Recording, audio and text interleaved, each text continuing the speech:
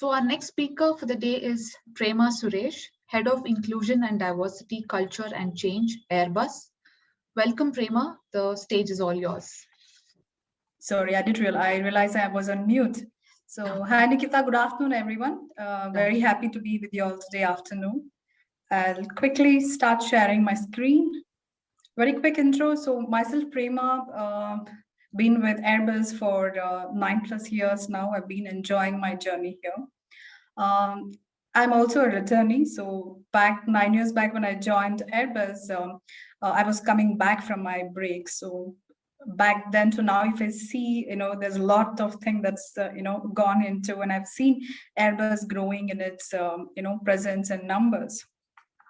So happy to share with you our journey of inclusion and diversity today. Airbus, as you all know, is an aerospace organization. We are into defense and space, helicopters, Airbus commercial aircrafts we have, and communications. Inclusion and diversity for us is like an energy. And here, for us, the focus is on our people while we focus on our business. So the inclusion is always first, and then we say diversity, because for us, both goes hand in hand, like Mamta mentioned. And here, every one of our employees, what we look into is bring their best self to work, where their unique characteristics are valued. And INT cut across in everything that we do. In the next slide, I would be sharing our governance model, where you would see that what is the purpose of the organization. So the purpose of the organization to be a pioneer in the industry of aerospace, to support our customers for the safe and the united world. Our IND vision is not something that it is separate from our corporate strategy. So when we talk about the inclusion and diversity, it is under the bigger umbrella of culture.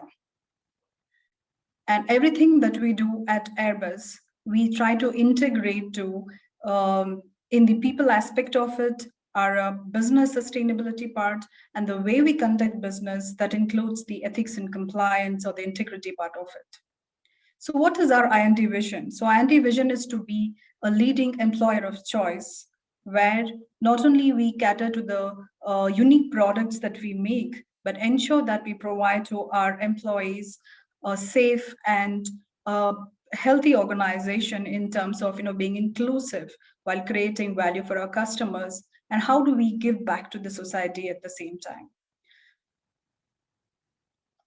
And in terms of the IND strategy, we have different pillars that we have created with the focus areas that we work today. And it is again to have that diverse background, people coming from different. So we have about 190 sites overall in the world. It's 38 countries, and we have people coming from different nationalities. There's more than, I think, 140. We have to see how we kind of create that inclusiveness where people come together and collectively work for the objectives while they're looking for the aspirations and fulfilling the customer needs. Some of the focus areas that we're looking is on the gender aspect of it. When I say gender, it's not limited to the women, but it cut across all other aspects of it. The generational type, the neurodiversity factor to it, and all other aspects. What are our enablers when we look into these, the ND aspects? Like Mamta and others mentioned, it's very important that we take the ownership and accountability. It all starts with I. So the inclusion and inclusion part starts with I.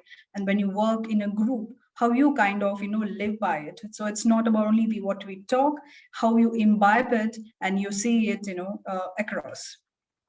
So we have kind of done various programs and the policies which is aligned to this.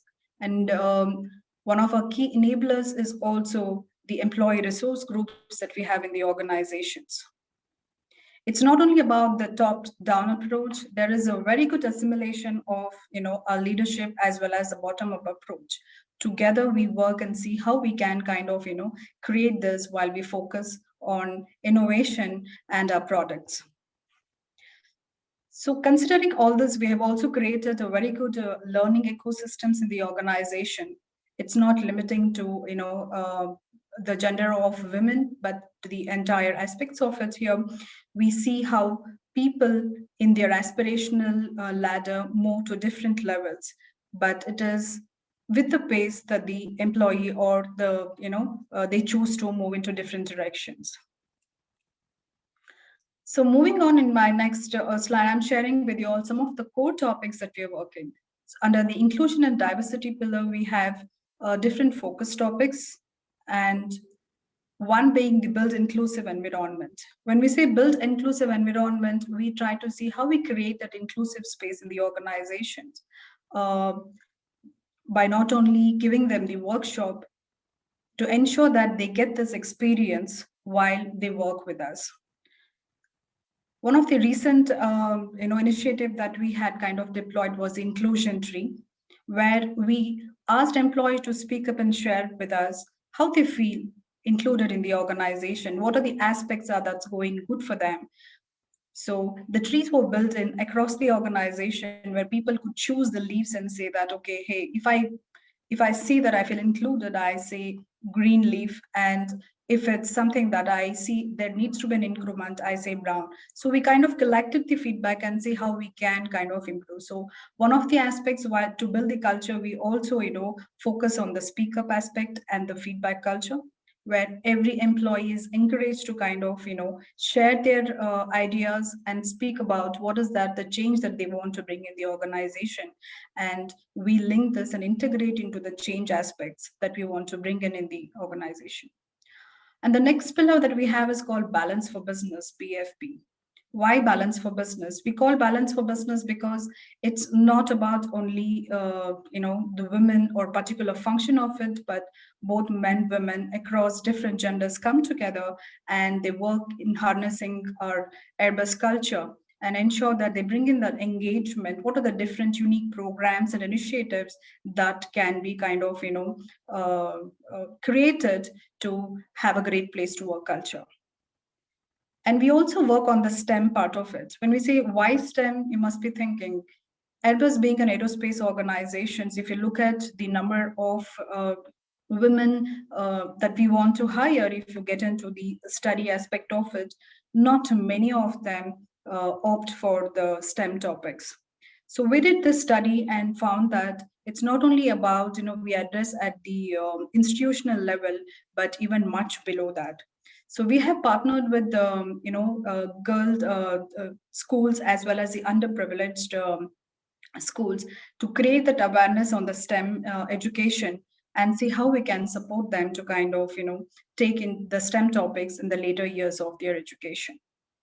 How in this initiative we also ensure that we have the opportunity for employees to participate. So we have created a unique program where our employees get trained to train or mentor these students in the STEM topics.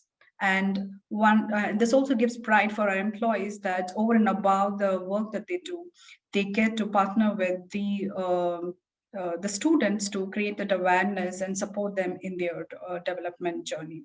So this has been working out very well. And we have also sponsored for the STEM education at the engineering and research level for the students who are really interested and want to pursue this as their higher education.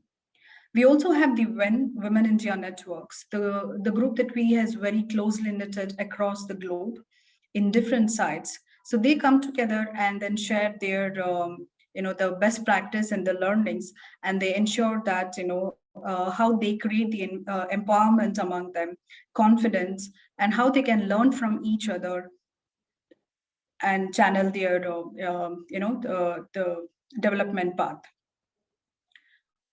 In addition to that, we have Pride at Airbus initiative, where we are trying to create an inclusiveness for the LGBT community.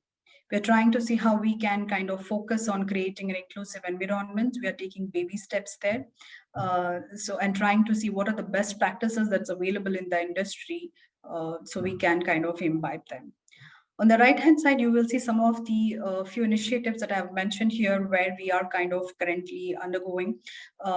So we try to do inclusion and diversity marketplace to ensure that all our employees are kind of educated and are aware of all the key initiative that is happening across the organizations.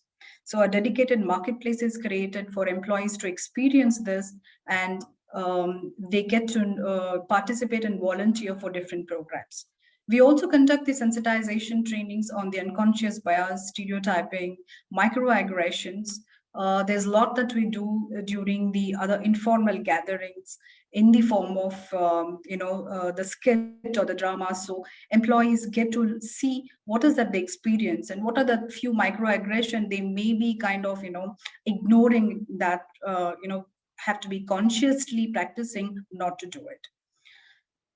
So we want to see how we can create this culture of inclusiveness, not by by living it, so that it kind of cuts across everything. And very proudly, I'm happy to share on the Fly Again program.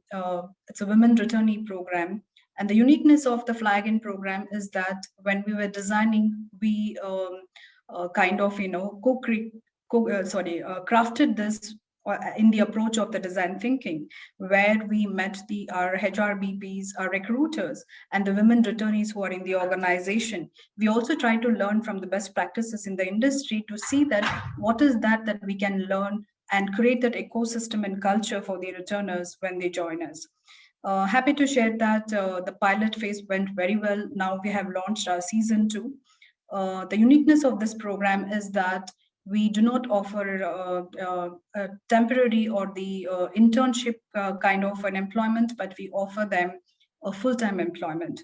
So when I say full-time employment, we ensure that we create an ecosystem, sensitize the managers. During the recruitment phase, we try to create for them what is the competency, proficiency that we are looking at, what is the gap that the candidate may have, and how we kind of upskill them through the on-job and the off-job trainings. It could be in the functional area, or it could be on the other soft skill aspects of it, so that they get the confidence and start performing. We also do university benchmarking, where earlier, as a classical way, we used to only go to the tier 1 institutes.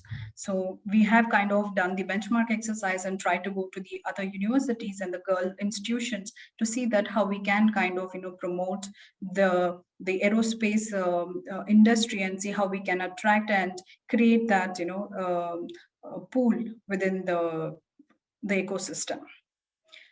And within the organization, we also launched something called Sustainable Development Challenge.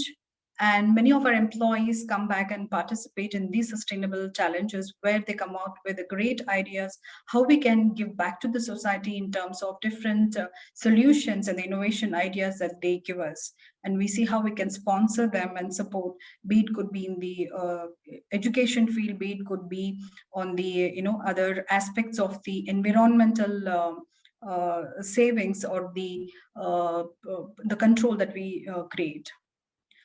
And in terms of the employee development, we have different programs that we have run, especially for women employees. We have something called Unleash My Potential, where we run this in different modules to create that confidence and see how they can kind of stitch that their development path. As a knowledge sharing sessions for women employees, we also try to create a lot of women in technology discussions in the sessions, and also launch the hackathon for them, so that they get well versed in the functional aspects of it, and they try imbibe it and see how they can kind of improve in these directions. All right. Thank you, Prema. Thank you for answering all these questions. Thank you, Nikita. Thank you, everyone. Thank you.